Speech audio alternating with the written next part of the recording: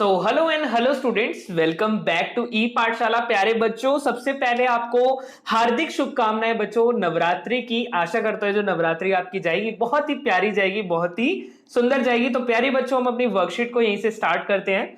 आज हमारी वर्कशीट 45 है बच्चों, सामाजिक विज्ञान की। और जो आपकी वर्कशीट का टॉपिक है वो राजनीतिक दल है। ठीक है, राजनीतिक दल सारे समझते हैं, जो पार्टीज होती है ना, जैसे कि मैंने आपको प्रीवियस वर्कशीट में बताया था, जैसे कि भाजपा हो गया और आप हो गई, ये पार्टीज होती है बच्चों जो एक चुनाव में एक दूसरे के खिलाफ सीट्स के लिए, यानी कि गवर्नमेंट अपनी सरकार बनाने के लिए एक हेल्दी कंपटीशन लड़ती है चुनावों के माध्यम से।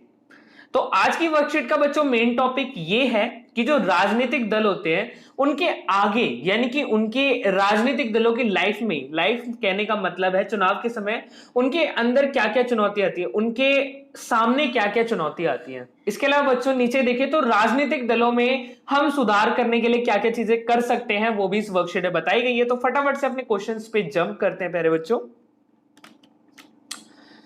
तो बच्चों, हमारी वर्कशीट का फर्स्ट क्वेश्चन है कि अपराधीकरण भारतीय राजनीति के समक्ष एक चुनौती है। अपराधीकरण कहने का मतलब है अपराध का सहारा लेना। ठीक है, अपराध बोले तो जो क्राइम्स करते हैं लोग, उसका सहारा लेकर कैसे राजनीति बनाते हैं, और ये चुनौती भी है हमारे दलों के सामने। क्या आप इस कथन से सहमत हैं? क्या आपको लगता है कथन सही है? और है तो उसको अपने पक्ष में एक उत्तर देना है। तो बच्चों, जैसा कि आपको भी पता है हमारी इंडियन सरकार के बारे में, जो ग्रामीण क्षेत्र होते हैं, जो ज्यादा डेवलप्ड क्षेत्र नहीं होते बच्चों, वहां पर लोगों के पास है ना शिक्षा नहीं होती है। जहां पर लोगों के पास शिक्षा नहीं होती है वहां पर उनका शोषण होना लाजमी है।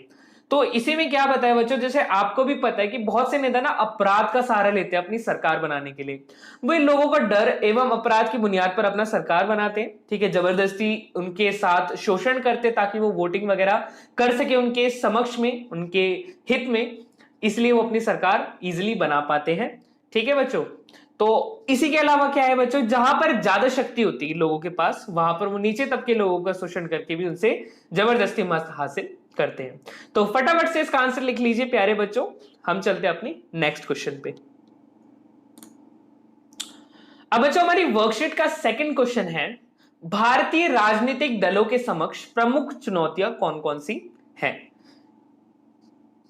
यानी कि बच्चों, जो हमारे राजनीतिक दल होते हैं उनके लिए कौन कौन सी चीजें, चुनौतियां, प्रमुख चुनौतियां कौन कौन सी है, उसके बारे में हमें बताना है।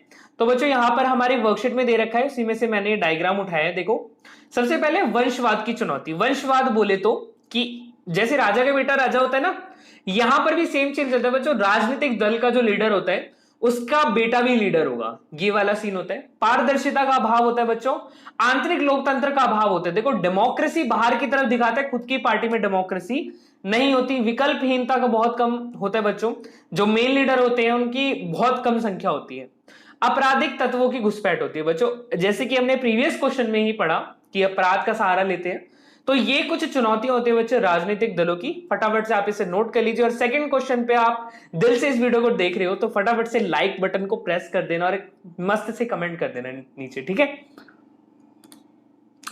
अब बच्चों, हमारी वर्कशीट का लास्ट एंड फाइनल क्वेश्चन है, भारतीय राजनीतिक दलों में सुधार हेतु कुछ उपाय सुझाइए।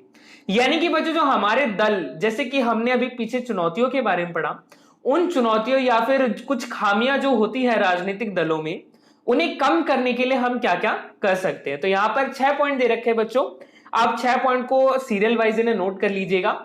तो प्यारे बच्चों, आपकी वर्कशीट यहीं पर एंड होती है। वीडियो अच्छी लगी तो वीडियो को लाइक करना है, अपने दोस्तों के साथ शेयर करना है, ताकि वो भी अपनी वर्कशीट का वर्क कंप्लीट कर सके। मैं मिलता हूं प्यारे बच्चों आपसे अगली वर्कशीट में, तब तक के लिए टाटा बाय बाय, खुदा हाफिज।